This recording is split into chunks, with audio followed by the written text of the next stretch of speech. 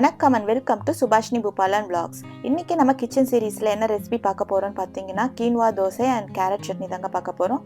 உங்க எல்லாருக்குமே தெரியும் கீன்வா வந்து ரொம்பவே ஹெல்தியான ஒரு தானிய வகைன்னு சொல்லிட்டு. அது வந்து ஹோல் கிரெயின்னு சொல்வாங்க. அதுல வந்து நிறைய amino acids, vitamin E, calcium, iron, fibre, B complex, magnesium, பொட்டாசியம்னு நிறைய சத்துக்கள் இருக்கு. அது மட்டும் இல்லாம இது செமையான புரோட்டீன் ரிச்சான ஒரு உணவுன்னு சொல்றாங்க. நம்ம சேனலை ஃபர்ஸ்ட் டைம் பார்க்குறதா இருந்தால் மறக்காமல் சப்ஸ்கிரைப் பண்ணிக்கோங்க. இப்போ வாங்க வீடியோக்குள்ளே போகலாம். இந்த கீன்வா தோசை செய்யறதுக்கு என்னென்ன தேவையான பொருட்கள் அப்படின்றத பார்த்துடலாம். கீன்வா தோசைக்கு முதல்ல கீன்வா 1 கப், ஓட்ஸ் ஒரு 1/2 கப், உளுந்து வந்து 1/2 கப், கடலைப்பருப்பு 1/4 கப், உப்பு, அப்புறம் தண்ணி தேவைப்படும். இப்போ ஒரு பாத்திரத்தில் நம்ம கீன்வாவை ஆட் பண்ணிக்கணும். அது கூடயே நம்ம எல்லாத்தையுமே சேர்த்து ஆட் பண்ணி நம்ம தண்ணி ஊற்றி ஊற வைக்க போகிறோம். ஃபஸ்ட்டு 1 கப் நான் கீன்வா ஆட் பண்ணியிருக்கேன். அது கூட 1/2 கப் ஓட்ஸ், 1/2 கப் உளுந்து, 1/4 கப் கடலைப்பருப்பு. இதில் வந்து நம்ம அரிசி எதுவுமே வந்து ஆட் பண்ண போகிறதில்ல. இதை மட்டும்தான் ஊற வச்சு அரைக்க போகிறோம். இது வந்து 4 hours ஊற வைக்க போகிறோங்க. இது நல்லா ஊறணும். ஆனால் ஊற வச்சுட்டு நம்ம அப்படியே இன்ஸ்டண்ட்டாக நம்ம தோசை சுட ஆரம்பிச்சிடலாம். இந்த அளவுக்கு தண்ணி ஊற்றி ஊற வச்சா போதும். ரொம்ப நிறைய தண்ணி ஊற்ற வேணாம். இது கரெக்டாக ஊறி நம்மளுக்கு வந்துடும். இந்த ஓட்ஸ் பார்த்தீங்கன்னா நான் வந்து இன்ஸ்டன்ட் ஓட்ஸ் யூஸ் பண்ணலைங்க. நான் வந்து ரோல்டு ஓட்ஸ் யூஸ் பண்ணியிருக்கேன். இப்போ 4 hours ஆயிடுச்சு. நல்லா ஊறி இருக்குது பார்த்தீங்களா?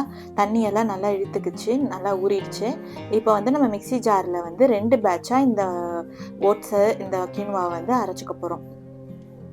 இப்போ வந்து நான் 2 பேட்சாக அரைச்சிக்க போகிறேன். அரைச்சிட்டு அந்த பேட்டர் பார்த்தீங்கன்னா நல்லா ஸ்மூத்தாக அரைங்க. ஏன்னா பருப்புலாம் போட்டிருக்கிறதுனால முழுசாக இருக்கக்கூடாது.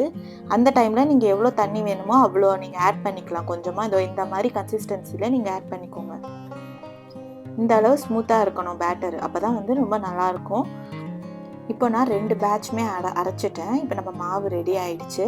இது கூட வந்து நம்மளுக்கு தேவையான அளவு வந்து இப்போ உப்பு சேர்த்துக்க போகிறோம். உப்பு வந்து பார்த்துக்கோங்க, எவ்வளோ வேணுமோ அவ்வளோ நீங்கள் ஆட் பண்ணிக்கிட்டு நல்லா மிக்ஸ் பண்ணிக்கோங்க.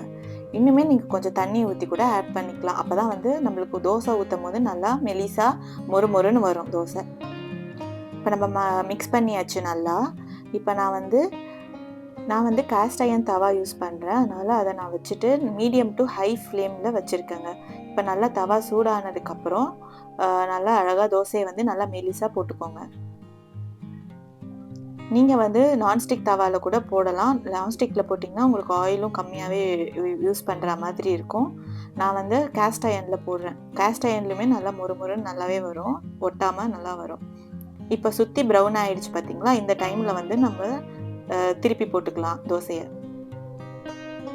2 பக்கமும் நல்லா ப்ரௌனாக வரணும் இந்த மாதிரி. இந்த பார்த்தீங்களா மாவு வந்து நம்ம அப்படியே அரைச்சி ஃப்ரெஷ்ஷாக அப்படியே யூஸ் பண்ணுறோங்க. அப்படியே நம்மளுக்கு வந்து டைம் வந்து நம்மளுக்கு இது புளிக்க வைக்கிற வேலையெல்லாம் கிடையாது. இது நம்ம வந்து இன்ஸ்டண்ட்டாக நம்ம ஈவினிங்கே ஊற வச்சுட்டு நம்ம இந்த மாதிரி தோசை வந்து நைட்டு டின்னருக்கு வந்து ப்ரிப்பேர் பண்ணிக்கலாம். இப்போ நம்ம சூப்பரான ஹெல்தியான கீன்வா தோசை ரெடி ஆகிடுச்சு. அடுத்து நம்ம கேரட் சட்னி எப்படி செய்யுதுன்றது தாங்க பார்க்க போகிறோம். அதற்கு தேவையான பொருட்கள் வந்து கேரட் 2, வெங்காயம் 2, தக்காளி வந்து 1.5, பூண்டு 4, எண்ணெய் 2 டீஸ்பூன், காஞ்ச மிளகா 3, கடுகு 1 டீஸ்பூன், உளுந்து 1 டீஸ்பூன், ஜீரகம் 1/2 டீஸ்பூன், கருவேப்பிலை தேவை. இதெல்லாம் வந்து நான் டிஸ்கிரிப்ஷன் பாக்ஸ்லையுமே கொடுத்துருக்கேன். நீங்கள் டிஸ்கிரிப்ஷன் பாக்ஸ்லையுமே செக் பண்ணிக்கலாம். இப்போ ஃபஸ்ட்டு ஒரு பேனில் கொஞ்சம் எண்ணெய் ஆட் பண்ணிக்கிறேன். ஆட் பண்ணிவிட்டு எண்ணெய் சூடானதுக்கப்புறம் நம்ம வந்து உளுந்து வந்து ஆட் பண்ண போகிறோம். உளுந்து வந்து 2 டீஸ்பூன் ஆட் பண்ணிக்கோங்க. ஆட் பண்ணிக்கிட்டு உளுந்து வந்து நல்லா ஃப்ரை பண்ணிக்கோங்க. அது வந்து கொஞ்சம் ஒரு லைட் கோல்டன் ப்ரௌன் கலர் வரும் போதே நீங்கள் வந்து காஞ்ச மிளகாவை நெக்ஸ்ட்டு ஆட் பண்ணிக்கோங்க. உங்களுக்கு எவ்வளோ காரம் தேவையோ அந்த அளவுக்கு நீங்கள் காஞ்ச மிளகா ஆட் பண்ணிக்கலாம். நம்ம கேரட் போட்டிருக்கிறதுனால கொஞ்சம் லைட்டாக ஒரு ஸ்வீட்னஸ் இருக்கும். அதனால் உங்களுக்கு இன்னும் கொஞ்சம் காரம் வேணும் அப்படின்னா நீங்கள் உங்களோட மிளகாக்கு எவ்வளோ காரமோ அதுக்கு நீங்கள் வந்து ஆட் பண்ணிக்கோங்க. இப்போ வந்து இதுவுமே ஃப்ரை ஆகிடுச்சு, நம்மளோட காஞ்ச மிளகாவும் உளுந்தும். நெக்ஸ்ட்டு வந்து பூண்டு போட்டு ஒரு 2 வாட்டி திருப்பினா போதும். கொஞ்சம் அந்த ஆயிலில் வந்து அது கொஞ்சம் லைட்டாக ஃப்ரை ஆகணும். அடுத்து ஆனியனை வந்து ஆட் பண்ணிக்கோங்க. ஆனியன் வந்து கொஞ்சம் பெருசாகவே கூட நீங்கள் கட் பண்ணிக்கலாம். அந்த மாதிரி கட் பண்ணிவிட்டு ஒரு 3-4 நிமிஷம் நீங்கள் சாட்டே பண்ணிக்கிட்டிங்கன்னா போதும். ஆனியன் வந்து கொஞ்சம் சாஃப்ட் ஆனால் போதும். ரொம்ப ப்ரௌன் கலராலாம் ஆக தேவையில்லை. கலர் சேஞ்ச் ஆகி கொஞ்சம் சாஃப்ட் ஆகிடும்ல, அந்த டைமில் வந்து நீங்கள் கேரட்டை ஆட் பண்ணிக்கோங்க. கேரட் வந்து சீக்கிரமாகவே வெந்துருங்க. அதனால் ரொம்ப நேரம் வதக்க தேவையில்ல. ஒரு 5-7 நிமிஷம் வதக்கினீங்கன்னா போதும். அதுவும் வந்து கலர் சேஞ்ச் ஆகிற வரைக்கும் வதக்கினீங்கன்னா போதும். இப்போ வந்து நம்ம கேரட்டுமே கலர் சேஞ்ச் ஆகி குக் ஆகிடுச்சு. அடுத்து வந்து நம்ம தக்காளியை ஆட் பண்ண போகிறோம். தக்காளி வந்து நான் ஒரு 1 1/2 தக்காளி எடுத்திருக்கேங்க. நம்ம வந்து வெங்காயமும் கேரட்டும் ஈக்குவலாக எடுத்திருக்கோம். தக்காளி வந்து கொஞ்சம் கம்மியாக எடுத்திருக்கோம். அந்த மாதிரி எடுத்துக்கோங்க. உங்களுக்கு புளிப்பு பிடிக்கும்னா நீங்கள் 2 தக்காளியாக கூட ஆட் பண்ணிக்கலாம். இப்போ வந்து நல்லா வதக்கியாச்சு, எல்லாமே நல்லா வெந்துருச்சு. நம்ம ஸ்டவ்வை ஆஃப் பண்ணிவிட்டு இதை வந்து ஃபுல்லாக ஆற வச்சிடணுங்க. நல்லா ஆறினதுக்கப்புறம் நம்ம சட்னியாக அரைச்சிக்கலாம். இப்போ நம்மளது வந்து நல்லா சூடு ஆறி போயிடுச்சு. இப்போ வந்து ஒரு மிக்ஸி ஜாரில் நம்ம இப்போ வந்து வதக்கி வச்சிருக்கிற எல்லாத்தையும் வந்து இதில் ஆட் பண்ணிக்கிறோம். இதில் ஆட் பண்ணிவிட்டு நல்லா ஸ்மூத்தாக அரைச்சிக்கோங்க. எதுவும் வந்து கேரட்டோட திப்பி எதுவுமே இல்லாத மாதிரி நல்லா லைட்டாக தண்ணி விட்டு அரைச்சிக்கோங்க. இந்த மாதிரி நல்லா ஸ்மூத்தாக இருக்கணும், பேஸ்ட்டாக. இந்த அளவுக்கு இருந்தால் போதும். அதை வந்து நம்ம வந்து இப்போ ஒரு பவுலில் மாற்றிக்க போகிறோம். பவுலில் மாற்றிட்டு நம்ம தாளிக்கிறதுக்கு ரெடி பண்ண போகிறோம். பவுலில் மாற்றியாச்சு. இப்போ நம்ம தாளிக்கிறதுக்கு வந்து கடுகு, உளுந்து, ஜீரகம், கருவேப்பிலை அதெல்லாம் வச்சு தான் தாளிக்க போகிறோம். ஒரு சின்ன கடாயில் எண்ணெய் விட்டுக்கோங்க. அதில் கடுகு, உளுந்து, ஜீரகம் போட்டு லாஸ்ட்டாக கருவேப்பிலை போட்டு தாளித்து கொட்டிக்கோங்க.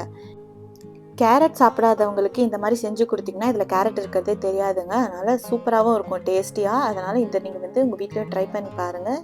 நம்மளோட சூப்பரான கேரட் சட்னி இப்போ ரெடி ஆகிடுச்சு. இதை வந்து நம்ம முறுமுறுன்னு சுட்டு வச்சுருக்க ஹெல்த்தியான கினோவா தோசையோடு சேர்த்து சாப்பிட போகிறோம்.